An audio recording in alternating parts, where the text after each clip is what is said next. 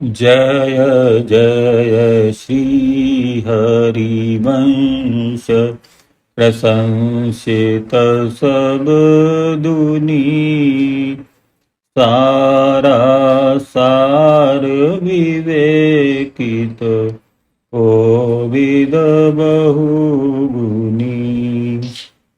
ऐसे उपापी क्यों न होए श्री हरिवंश नाम जो ले। अलप लड़े तीरीज के महल खवासी दे। महिमा तेरी कहा कहो श्री हरिवंश दयाल।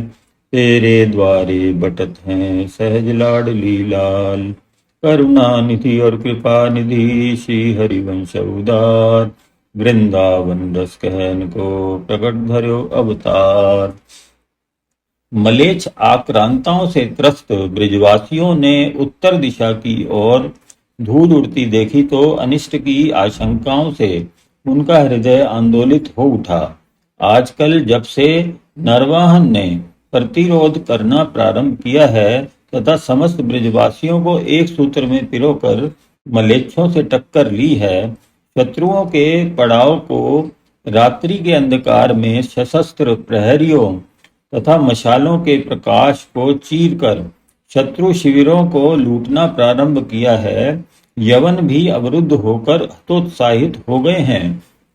ब्रजवासियों का अस्त व्यस्त जीवन सामान्य हो गया है। इसीलिए इतनी धूल उड़ती देख आश्चर्यचकित वृद्ध ब्रजवासी विचार करने लगे, आजकल तो कहीं से युद्ध का भी समाचार नहीं है, फिर यह दल किसका हो सकता है, इधर क्यों आ रहा है? शत्रु दल हो या मित्र सेना, कृषक की हर स्थिति में हानि ही होती है।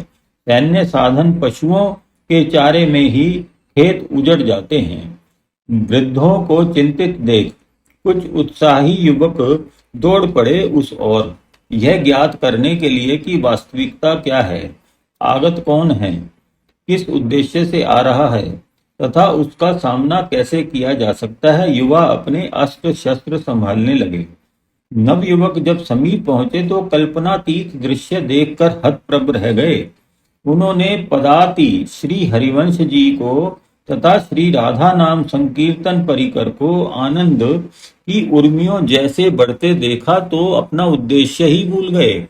हम यहाँ किस लिए आए थे विस्मृत कर श्री राधे का उद्घोष करते साथ साथ ही यात्रा करने लगे। जब आवेश कुछ कम हुआ तो श्री हरिवंश जी के चरणों में लौट गए एवं विनम्र निवेदन किया, भगवान आप कहाँ से पधार रहे हैं, कहाँ का लक्ष्य है? यदि हम आपकी कुछ सेवा कर सकें तो अहो भाग्य। श्री हित हरिवंश महाप्रभु ने अपना परिचय तथा लक्ष्य बताया। भैया आप श्री कृष्ण सखा इतने विनयी क्यों न हो। मैं देवबंद निवासी हरिवंश अपनी पत्नियों एवं इष्ट देव श्री राधा वल्लभ लाल सहित श्री धाम वृंदावन दर्शन की लालसा से आया हूँ।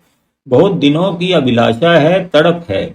श्री जी ने अब ऐसा अवसर प्रदान किया है कि मैं अपनी चिर संचित आकांक्षा की आपूर्ति कर सकूं। इतना कहते कहते भाव विभोर हुए हरिवंश जी के नेत्रों से रिमझिम मेह बरसने लगा, कंठ अवरुद्ध हो गया। उनकी ऐसी प्रेम विह्वल दशा देखकर आश्चर्यचकित हो गए नवयुवक। सांत्वना प्रदायक स्वर में एक युवा कहने लगा, आप तो अब वृंदावन के समीप ही हैं, फिर इतने अधीर क्यों हो रहे हैं? श्री यमुना जी धनुष की भांति वक्र होकर जिस भूमि को हृदय धन की भांति वक्ष से लगाए हुए प्रतीत हो रही है, वही वृंदावन है। आइए आप इस ओर से चलें, शीघ्र ही पहुंच जाएंगे। अपने अन्य साथियों को उसने इंगित कर दिया संदेश पहुंचाने के लिए, ताकि ग्रामवासी भय रहित होकर निश्चिंतता पूर्वक इनकी स्वागत व्यवस्था कर सकें। ग्रामवासियों ने बड़ा ही भावपूर्ण स्वागत किया इन ब्रजरज लोलुपों का।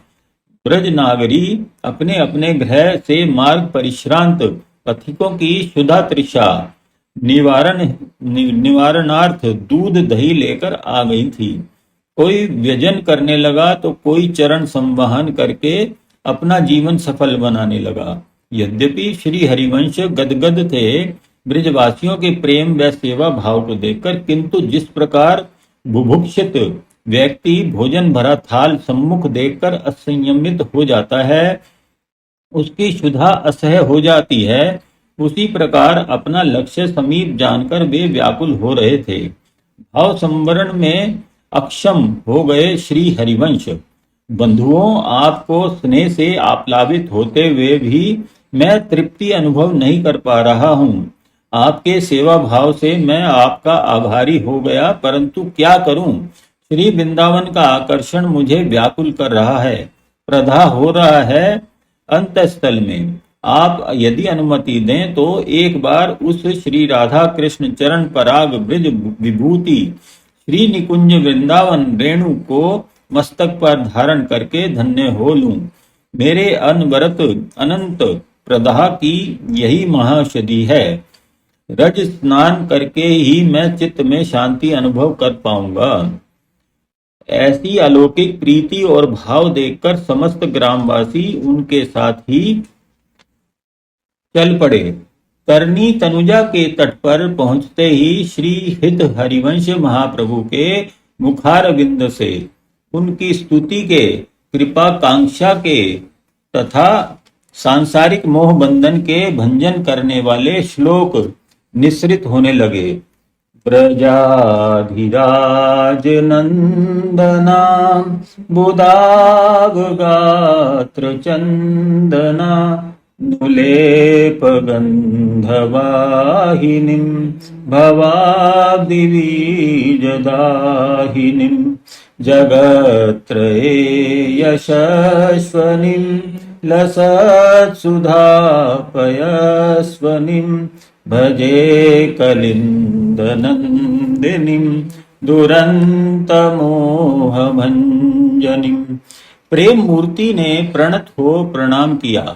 श्री युगल स्वरूप के प्रेम द्रव को, प्रेम को प्रणाम कर रहा है। हमें और कोई तो क्या समझता, परंतु चौड़ोल में विराजमान श्री राधा वल्लभ लाल अवश्य ही मुस्कुरा रहे थे। यह दृश्य देखकर सभी ने पार की श्री यमुना जी तथा श्रीधाम की पुलिन में प्रविष्ट हुए। श्रीधाम की यमुना पुलिन मानो श्री हरिवंश जी के पादार बिंदों की कमनीयता और सुकुमारता को विचार कर अद्वैय युगल स्वरूप श्री राधा वल्लभ लाल के प्रियजनों के स्वागत में तरनिजा ने समस्त तृणांकुर, कंटक एवं कठोर मृत्तिका खंडों को चुनकर आद्र रेणु का आस्तरण बिछा दिया है। रजत कण ऐसे प्रतीत होते हैं जैसे श्री जी की पदनख ज्योति से खंडित मान चंद्र ही चूर्ण होकर चरण तल में बिछड़ गया हो। मलयज समीर स्वागत कर रहा था इन आगतों का। श्री हित महाप्रभु की अचानक दृष्टि पड़ी बालुका में अंकित उन चरण चिन्हों पर जो उनके जीवन सर्वस्व थे। तुरंत साष्टांग प्रणत हो गए प्रभु। नेत्र पटल उन पादार बिंद पराग से परिमार्जन करने लगे, मानो दिव्य दृष्टि प्रदान करने वाला श्री प्रिय पद चिन्हांकित बालू का रूपी अंजन प्राप्त हो गया हो उन्हें। श्रीधाम वृंदावन के वास्तविक स्वरूप का दर्शन करने को। हुआ भी यही। ब्रजवासियों की दृष्टि में अभी वृंदारण्य की सीमा दूर थी, अतः श्री हित महाप्रभु को प्रथम जथामति प्रणव श्री वृंदावन तिरम में कहकर करबद्ध प्रार्थना करते देख एक वयोवृद्ध ने टोका, भगवान आप यहाँ किसे प्रणाम कर रहे हैं? वन तो अभी दूर है। श्री कृष्णाराध्य रस सिंधु सीमंतिनी श्री राधा रानी की निकुंज स्थली श्री धाम की सीमा तो यहीं से प्रारंभ हो जाती है दादा। दृढ़ स्वर में श्री हित जी द्वारा सीमा निर्धारण सुनकर चौंक उठे वृद्ध। क्या आपने ऐसा कुछ देखा अथवा आपने आज से पूर्व भी कभी वृंदावन का दर्शन किया है? आप इतनी दृढ़ता पूर्वक किस आधार पर कह रहे हैं? रोमांचित हो गए श्री हरिवंश। मानस पटल पर स्मृति अनेकों रेखा चित्र उत्कीर्ण करने लगी। गदगद गिरा से कहा, इतना ही दादा, आपका प्रश्न सर्वथा उचित ही है। आप ब्रजवासियों की लड़ैती कुंवरी श्री राधा ने एक बार नहीं अनेकों बार आज से पूर्व अपनी इस क्रीड़ा भूमि के मुझे दर्शन कराए हैं, परंतु उससे पिपासा कुल की ओस चाटने से, चकोर की चंद्रिका चाटने से, बुभुक्षु की एक दो ग्रास मिष्ठान खाने से जैसी दशा होती है, वैसी ही दशा में मैं भी छटपटाता रहा हूं आज तक। यह तो आप सभी की करुणा है कि मुझ दीन पर जो आज जी भरकर तृप्त हो सकूंगा, जन्म जन्मांतर की जलन शांत कर सकूंगा, श्री प्रिया चरण चिन्हांकित वृंदावन रज पाकर। आपके दूसरे प्रश्न का यही उत्तर है, यही प्रमाण है। कहते कहते कुछ पीछे हट गए श्री हरिवंश, और जब उनके अंगुलिया निर्देश पर सभी ने दर्शन किया उस दुर्लभ चरण चिन्ह का, जो देव दुर्लभ निधि है श्री वृंदावन की, सभी उस रेखांकित चरण को तो प्रणाम कर ही रहे थे, इन दिव्य महापुरुष को भी बार बार प्रणाम कर रहे थे, जिन पर श्री स्वामी जी ने अपनी ऐसी कृपा दृष्टि की। जय जयकार कर उठे सभी, श्री राधा रानी की जय, श्री हरिवंश महाप्रभु की जय। आश्वस्त हो गए थे सभी, मंत्र कीलित की भांति अब सभी श्री हित महाप्रभु का अनुगमन कर रहे थे। कुछ ही आगे चले थे कि दृष्टिगोचर हुआ एक विशाल भूखंड, समतल भूमि से ऊंचा जैसे कभी टीला रहा हो, परंतु अब विस्तृत स्थान में फैल जाने के कारण ऊंचाई कम हो गई हो। ध्वंसावशेष को प्रकृति ने मानो अपने हाथों से संवार दिया हो। अब वह स्थान उपवन की भांति शोभायमान था।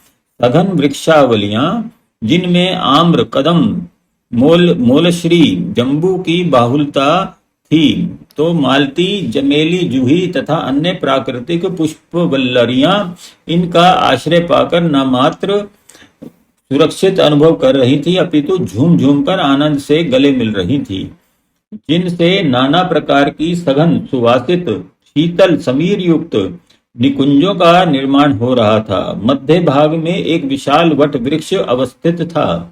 वृक्ष की लाठी की भांति, वृद्ध की लाठी की भांति अनेकों शाखाओं से प्रस्फुटित जटाओं ने भूमि में अपना अस्तित्व स्थिर करके अनेक संबलों युक्त विशाल वितान का निर्माण कर दिया था।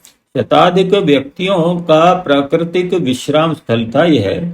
एक और तमाल, पीलू और पारिजात की मनोरम पंक्तियां थी, जिनकी शाखा प्रशाखाएं पल्लवों के भार से ही नत होकर भूस्पर्श कर रही थी, संदेश दे रही थी मानो उच्चता तनने में नहीं झुकने में है, अथवा भूस्पर्श करके यह कह रही थी, देखो इस मट्टी से उत्पन्न हुए हो, इसी में एक दिन मिलना है, तो अपनी जननी पालन पोषण कर्ता का अपमान मत करो, इसे तो सदैव नमन ही करते रहना चाहिए। उपकारी के प्रति कृतज्ञता ज्ञापन कैसे करनी चाहिए, संभवतः इसीलिए बार बार भूस्पर्श करके धन्यवाद देना सिखा रही थी ये शिखाएं। बिना पुष्पों के ही उनमें से प्रत्येक ऋतु में मादक सुगंध समीर को सुवासित कर रही थी। टेकरी के समीप पहुंचते ही श्री हरिवंश महाप्रभु रोमांचित हो गए। हा हा हा, यही है वह मदन सदन, श्री प्रिया प्रियतम की रसमयी लीलाओं का नित्य साक्षी। प्रणत हो गए पुनः हरिवंश, आज्ञा दी, इस स्थान को आओ हम सब मिलकर स्वच्छ कर लें। यमुना जल से सिंचन करके फिर यहीं उतारेंगे श्री राधा वल्लभ लाल का चोड़ाल। साथ के सभी व्यक्ति आज्ञा पाते ही कार्य में लग गए, किंतु ब्रजवासी चौंक उठे उनकी इस आज्ञा पर। एक वृद्ध समझाते हुए कहने लगे श्री हरिवंश जी से, भगवान यह टेकरी मदन टेकरी के नाम से विख्यात है, यह तो सत्य है, किंतु आप इसका परिमार्जन किस उद्देश्य से करा रहे हैं? क्या आप यहाँ रात्रि निवास करना चाह रहे हैं? हाँ दादा, मैं श्री स्वामिनी जी के चरण कमल मकरंद से सुवासित इस रेणुका में आचूर अवगाहन करना चाहता हूँ, यही निवास करना चाहता हूँ, ताकि कल से ही इस सुरम्य वन के उन स्थलों का दर्शन करने का सौभाग्य प्राप्त कर सकूं, जिन्हें अब तक मात्र भावलोक में ही अवलोकन किया है। उल्लास का आलोक प्रस्फुटित हो रहा था श्री हरिवंश मुखारविंद पर। और दादा तथा ब्रजवासियों के मुख पर चिंता की रेखाएं आ रही थीं। तन रह गए थे उनका निर्णय सुनकर। थूक गटक कर किसी प्रकार वे ही वृद्ध करुण स्वर में समझाने लगे। आप क्या कह रहे हैं प्रभु? भाव धरातल की बात और है। आप पर श्री जी की कृपा है, इसका हमें विश्वास है, परंतु यह वन लौकिक है, दुर्गम है, हिंसक पशुओं का आश्रय स्थल है जो रात्रि में जल पीने आते हैं। यह हमने स्वयं देखा है। हमारा संरक्षक मलेच्छ मान मर्दक आक्रांताओं का संहर्ता दस्युराज नरवाहन, जो यहाँ का एक छत्र शासक है, उसका कठोर आदेश है इस वन में प्रवेश न करने का। आदेश की अवहेलना उसे सह नहीं, बहुत ही क्रूर है। इस वन प्रदेश में जहाँ वीतराग एकाकी महात्मा भी रहने का साहस नहीं करते, नीरवता व्याप्त है, इसी कारण वहां आप अपनी नववधुओं और इस परिकर सहित कैसे रह सकेंगे? आशंका से त्रस्त वृद्ध प्रकंपित हो रहा था। श्री हरिवंश महाप्रभु उन सरल स्नेही ब्रजवासियों के भय पर हंस पड़े। बड़ी ही अभय मुस्कान थी वह। सभी को निर्भयता प्रदान करते हुए कहा, आप आश्वस्त रहें, निश्चिंत रहें। जहाँ स्वयं श्री स्वामिनी जी, करुणा वरुणालय रसिक शेखर, श्याम घन श्री राधा वल्लभ लाल सहित विराजमान हैं, वहां किसी प्रकार का भी भय समीप ही नहीं आ सकता। नरवहन, जिसे तुम दुर्दांत दस्यु और क्रूर शासक कह रहे हो, वह तो भैया श्री निकुंजेश्वरी की नित्य केली कुंजों का रक्षक है, सच्चा सेवक है।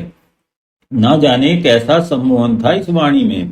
श्री राधा वल्लभ लाल के जयघोष के साथ ही सभी के हृदय भय मुक्त हो गए। तीव्र गति से संपूर्ण टेकरी को ही स्वच्छ कर दिया सबने मिलकर। कुछ समय पश्चात ही बट वृक्ष की सघन पत्रावली शिखर के नीचे एक रज निर्मित चबूतरे पर श्री राधा वल्लभ लाल का डोल पधरा दिया गया। विश्राम की समुचित व्यवस्था हो चुकी थी। ब्रजवासी अपने अपने स्थान पर अनिच्छा पूर्वक ही सही लौट गए थे। साथ ही आए वे समस्त चिर्थावल निवासी व अन्य मार्ग में सम्मिलित सह यात्री रागी विरागी प्रसाद पाकर थकान के कारण वट वृक्ष के विशाल वितान के नीचे शयन कर रहे थे। किंतु श्री हरिवंश चंद्र के नेत्रों में निद्रा कहाँ। वे श्री राधा वल्लभ लाल के सिंहासन के समीप ही विराजमान निर्निमेष उन्हें ही निहारे जा रहे थे। न जाने भावों का कैसा उद्रेक था कि नेत्रों से अविरल अश्रुधारा प्रवाहित होने लगी। श्री राधे, आपके इस नित्य धाम में आपकी कृपा से ही कोई प्रवेश कर सकता है। आपने मुझ अधम पर इतनी कृपा की, तो अब आप अपने दर्शनों से वंचित क्यों रख रही हैं? आपने तो आश्वासन दिया था कि श्री वृंदा विपिन में मैं नित्य ही तुम्हारे समीप निज स्वरूप से अवस्थित रहूंगी। फिर अभी तक दर्शन क्यों नहीं दिए? करुणामयी, ये नीलमणि जलधर घनश्याम श्री राधा वल्लभ लाल भी तो आपकी अनुपस्थिति में अकेले अकेले कितने उदास प्रतीत हो रहे हैं। यह मदन सदन तो आपकी ही केली कुंज है। क्या मुझ उद्दत की उपस्थिति से आपकी नित्य केली में बाधा समुपस्थित हो गई है? क्या इसीलिए आप रुष्ट हैं? संभवतः यही कारण है, अन्यथा आप मुझ पर कृपालु क्यों नहीं होती? मेरे अज्ञाता ज्ञात अपराध क्षमा करो स्वामिनी जी। मैं भजन साधन विहीन, शक्ति रहित, अकिंचन हूँ। मुझ में ऐसा कोई पुण्य प्रभाव नहीं जिससे आपके दर्शनों का अधिकारी बन सकूं। मुझे तो मात्र आपकी कृपा का ही संबल है। यदि आपका नित्य साक्षात्कार प्राप्त नहीं हुआ तो श्रीधाम वृंदावन में आपकी इसी क्रीड़ा केली श्रम सीकर सिंचित रज में अपने प्राण विसर्जन कर दूंगा। आपका वियोग अदर्शन अब सह नहीं है स्वामिनी जी। विह्वलता की इस सीमा तक बढ़ गई कि हिलकियों के मध्य उन्हें देहाध्यास भी विस्मृत हो गया। वे मूर्छित होकर लाल जी के चरणों में गिरने ही वाले थे कि विद्युत छटा के समान तीव्र आलोक जगमगा उठा। चमत्कृत से श्री हरिवंश चैतन्य हो गए उस दिव्य आलोक के प्रभाव से। आश्चर्यचकित विस्फारित नेत्रों से वे उस अद्भुत प्रकाश का दर्शन कर रहे थे। उन्होंने देखा श्री राधा वल्लभ लाल का श्री अंग प्रभा मंडित हो गया था। तभी उन्हीं के श्री अंग वामांग में एक में से कोटानुकोट सुधाकर सुधा वर्षिणी शीतल ज्योत्सना जैसी तेजोमयी श्री स्वामिनी जी मुस्कुराते हुए प्रकट हो गईं। ममत्व भरी झिड़की सी देते हुए बोली, हरिवंश वत्स, तुम बार बार इतने अधीर क्यों हो जाते हो?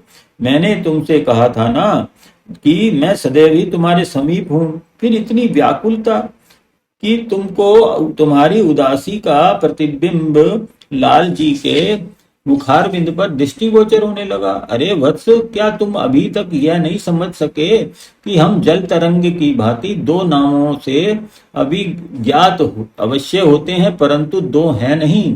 मैंने यही रहस्य उद्घाटित करने के लिए तुम्हारे सम्मुख ही श्री लाल जी के वामांग से प्रकट होकर दर्शन दिया है।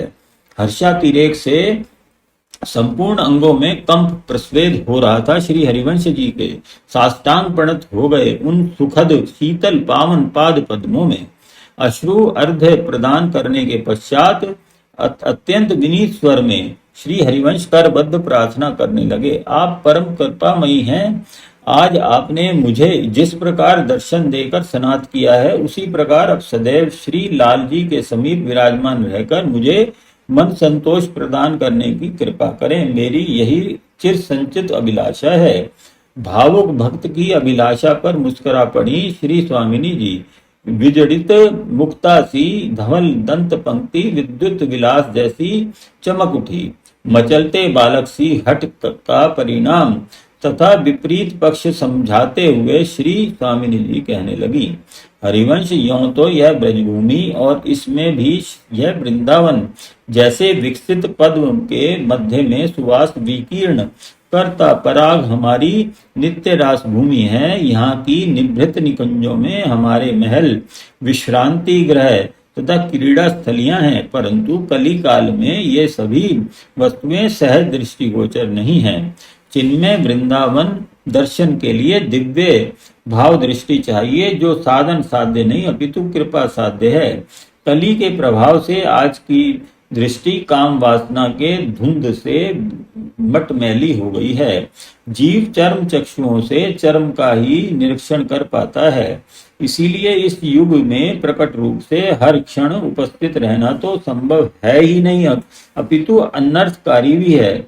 कलिमल ग्रसित जीवों को हमारा तेज सह नहीं है, न उनके मन ही विकार शून्य है।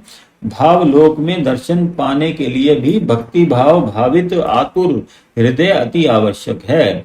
यह मंत्र जो मैंने तुम्हें प्रदान किया है, अनन्य निष्ठा तथा श्रद्धा पूर्वक जप करने पर भाव भूमि का निर्माण कर देता है। आर्द्र एवं कोमल भूमि में जिस प्रकार बीज अंकुरित हो सकता है, उसी प्रकार केवल रस सिक्त हृदय में ही हमारा निवास, ध्यान अथवा दर्शन हो सकता है। तुम तो हमारी अभिन्न अंग नित्य सहचरी हो, लीला विस्तारिणी मधुर मुरलिका हो। अन्यथा इस कली काल में इन चर्म चक्षुओं से प्रत्यक्ष वपु दर्शन असंभव ही है।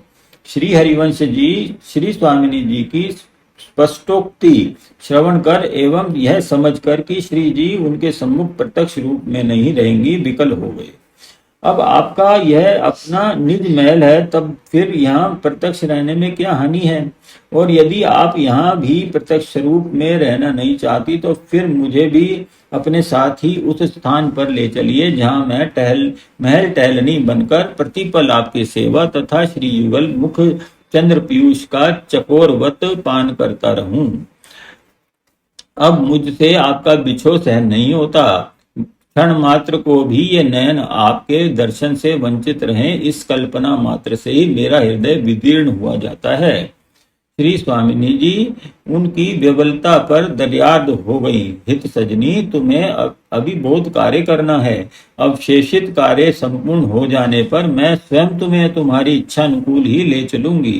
किंतु यदि तुम अपने स्वस्वरूप को बार बार विस्मृत कर इतने आकुल व्याकुल हो जाओगे, तो तत्सुख सुखित्व के लिए सोचने का अवकाश ही कहाँ पा सकोगे। अतः हम तुम्हारी अभिलाषा पूर्ति एवं मन संतोष के लिए तुम्हारे समीप सदैव अप्रत्यक्ष रूप से रहकर तुम्हारी संपूर्ण एकांतिक सेवाएं प्रत्यक्ष रूप से ही स्वीकार करेंगे। तुम संगीत सुधार सरसाना, हम नृत्य करके आनंदित होंगे। सेवा कुंज के एकांत निकुंज में, उसकी विशाल वाटिका तथा उपवन में तुम हमारी हित सजनी के स्वस्वरूप में स्थित होकर युगल विहार का आनंद लेते रहना। परंतु सब प्राणियों के लिए तो हमारा अद्वय युगल तड़ित घन स्वरूप यह श्री विग्रह ही प्रत्यक्ष रहेगा। इस स्वरूप में दृढ़ निश्चय रखने वाला भावुक रसिक हमारा प्रत्यक्ष दर्शन सुख यहीं प्राप्त कर सकेगा, यह निस्संदेह जानना। मन वांछित वर पाकर श्री हरिवंश जी का मन मयूर हर्ष से नाच उठा। मुरझाया मुखार बिंद प्रभाकर की प्रथम किरण का स्पर्श पाकर जिस प्रकार प्रसन्नता से खिल उठता है, प्रफुल्लित हो गया। किंतु नाचते मयूर ने जैसे अपने पैर देख लिए हों, हर्ष पर चिंता का तुषारापात हो गया। चिंतित हरिवंश के मन में सेवा संबंधी कठिनता का विचार उद्भूत हो गया। क्या लालजी के समीप यहाँ श्री विग्रह के रूप में विराजमान नहीं रहेंगी? फिर भला सेवा श्रृंगार धारण कराने का सुख भी कैसे प्राप्त हो सकेगा? श्री स्वामिनी जी भैंस पड़ी अपनी इस अंतरंग सहचरी की सेवा भावना पर। अरे वत्स, आज का अल्पवीर प्राणी मेरे विग्रह दर्शन की क्षमता भी नहीं रखता। काम एवं प्रेम के मद से अनभिज्ञ जीव रसोपासना को सांसारिक विलासता मात्र समझ हमारे चरणाश्रित होने के स्थान पर काम गर्त में गिर जाएगा। अतः जब तक यह पूर्ण रूपेण भाव में एवं निष्कलुष मना ना हो जाए, उपासना मार्ग को ना समझ ले, तब तक मेरे श्री विग्रह का दर्शन भी अनुचित है। रही सेवा श्रृंगार की बात, तो उसके लिए तो मैं तुम्हें देवबंद में ही विधि बता चुकी हूँ। हमारी नाम सेवा जी पधराकर गादी सेवा विराजमान करो तथा उन्हीं को समस्त श्रृंगार धारण करा के स्वयं भी सुख अनुभव करो एवं संपूर्ण रसिक समाज को भी सुख प्रदान करो। तो क्या प्रत्येक रसिक को जो आपके युगल स्वरूप की सेवा करना चाहता है, उसे लाल जी के विग्रह के साथ आपके विग्रह के स्थान पर गादी सेवा स्थापित करनी चाहिए? नहीं वत्स, ऐसा विधान नहीं है।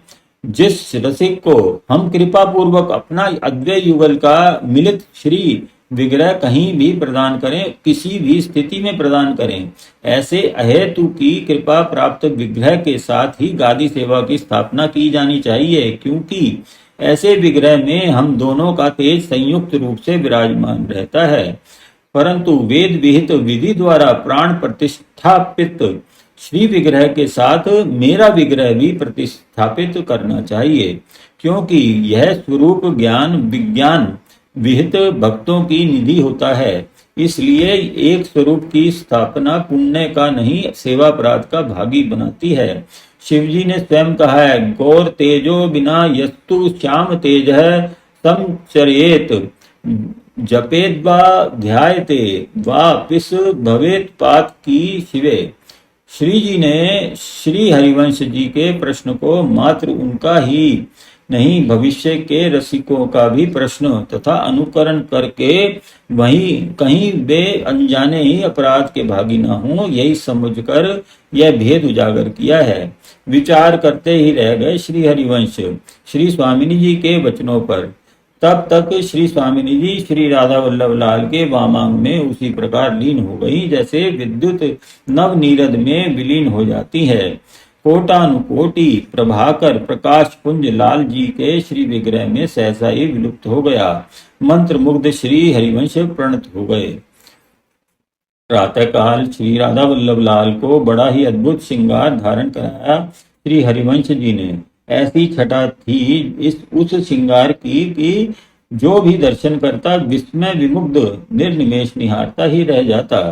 तभी गोविंदा, जो बहुत देर से इस नवीन श्रृंगार समायोजन के दर्शन कर रहा था, पूछ बैठा, भैया आज तो श्रृंगार सर्वथा नवीन एवं अनुपम हुआ है। श्री लाल जी ही कभी श्री स्वामिनी जी लगते हैं तो कभी लाल जी। अन्य दर्शनार्थी जा चुके थे, सखा तो इनके अपने थे श्री हरिवंश महाप्रभु और वे अभिनंग थे, अतः कोई भी बात उनसे अज्ञात नहीं थी। गोविंदा ने श्रृंगार में युगल विग्रह का बाह्य स्वरूप अनुभव किया है, यह जानकर अत्यंत हर्षित श्री हरिवंश महाप्रभु उनको मानो दिव्य दृष्टि प्रदान करते हुए कहने लगे, हाँ भैया, तुमने ठीक ही अनुभव किया है, यह श्री विग्रह नहीं अपितु प्रत्यक्ष वपु हैं। इसीलिए तो स्वामिनी जी ने इन्हें श्रीधाम वृंदावन लाने की आज्ञा दी थी। श्री जी ने अनुग्रह करके कल रात्रि को अपना तथा लाल जी का प्रत्यक्ष प्रकट वपु मिलित युगल स्वरूप दर्शन इसी विग्रह में कराया था तथा यह रहस्य भी स्पष्ट कर दिया कि यह मात्र विग्रह हैं, ऐसी कभी समझने की भूल मत करना। हमारा तेज अश्वय होने के कारण ही इस विग्रह में हमने अपना तेज सन्निविष्ट कर दिया है। जिस समय भैया वे प्रकट चैतन्य रूप थे, उस समय मध्याह्न रवि की भांति दैदीप्यमान हो रहे थे। अंतर मात्र इतना ही था कि रवि तेज उष्मा युक्त तप्त होता है एवं उनका तेज शीतलता युक्त था। इतने पर भी उनके मुखारविंद पर दृष्टि स्थिर करना दुष्कर ही नहीं असंभव था। भैया ये श्री विग्रह नहीं प्रत्यक्ष श्री लाडली लाल हैं, इसीलिए इनका नाम श्री राधा वल्लभ लाल है। आज जब मैं श्रृंगार धारण कराने लगा तो दोनों के ही वस्त्राभूषण धारण करा दिए। युगल श्रृंगार दर्शन का यही रहस्य है। हम चारों आपके अभिन्न अंग हैं, परंतु यदि यह चाहें कि हम पांच न रहकर एक ही दृश्यमान हो तो क्या ये संभव है? तो फिर भला ये दोनों एक दूसरे में कैसे समा गए? इनके इस मिलित स्वरूप को आपने तो प्रत्यक्ष सन्निहित होते देखा है, अतः उनका रहस्य हमें भी समझाकर कृतार्थ करें। परमाश्चर्य में डूबे हुए गंगू ने जिज्ञासा की, जिस प्रकार प्रभाकर से प्रभा, चंद्र से चंद्रिका, जल से तरंग, प्रकाश से छाया, जल से तरलता, पुष्प से सुगंध, चंदन से शीतलता, भिन्न भिन्न परिचय नाम होते हुए भी, दृष्टिगोचर होते हुए भी अभिन्न हैं, एक ही हैं। एक के बिना दूसरे का अस्तित्व नहीं। उसी प्रकार श्री लाल जी और श्री प्रिया जी दो दृष्टिगत होते हुए भी एक ही हैं। लीला विस्तार हेतु भक्तों को सुख देने के निमित्त ही ये भिन्न भिन्न प्रतीत होते हैं। यह इनकी लीला विलास है। भक्तों को यही तत्व समझना चाहिए। भावुक हो उठे थे श्री हरिवंश जी। यह सब रहस्य उद्घाटित करते नेत्र श्री राधा वल्लभ लाल की ओर उठे तथा नेत्र ही नेत्रों से नेत्र मिले तार जुड़ गया तथा जैसे ही नेत्रों से नेत्र मिले तार जुड़ गया।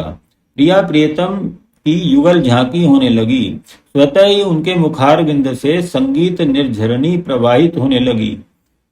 जोई जोई प्यारो करे सोई मोहि भावे, भावे मोहि जोई सोई सोई करे प्यारे। मोको तो भवती ठोर प्यारे के नैननी में, प्यारो भय चाहे मेरे नैननी के तारे। मेरे तन मन प्राण ते पीतम पिए, अपने कोटिक प्राण पीतम सुहारे। जय श्री हित हरिवंश हंस हंसिनी श्यामल गोर, कहो कौन करे जल तरंग निन्यारे। कहो कौन करे जल तरंग निन्यारे। दिव्य संगीत धारा में सभी अवगाहन करने लगे। संगीत के स्वरों में बद्ध मृग की भांति ब्रजवासी गण आकर्षित हो खींचे चले आए। मंत्र मुग्ध से सुनते रहे, पीते रहे इस रस को जो अनायास ही प्रवाहित होने लगा था श्रीहित महाप्रभु के कंठ से। और जब पद समाप्त हुआ, चेतना जागृत हुई तो रंगा हर्षोल्लास से गा उठा।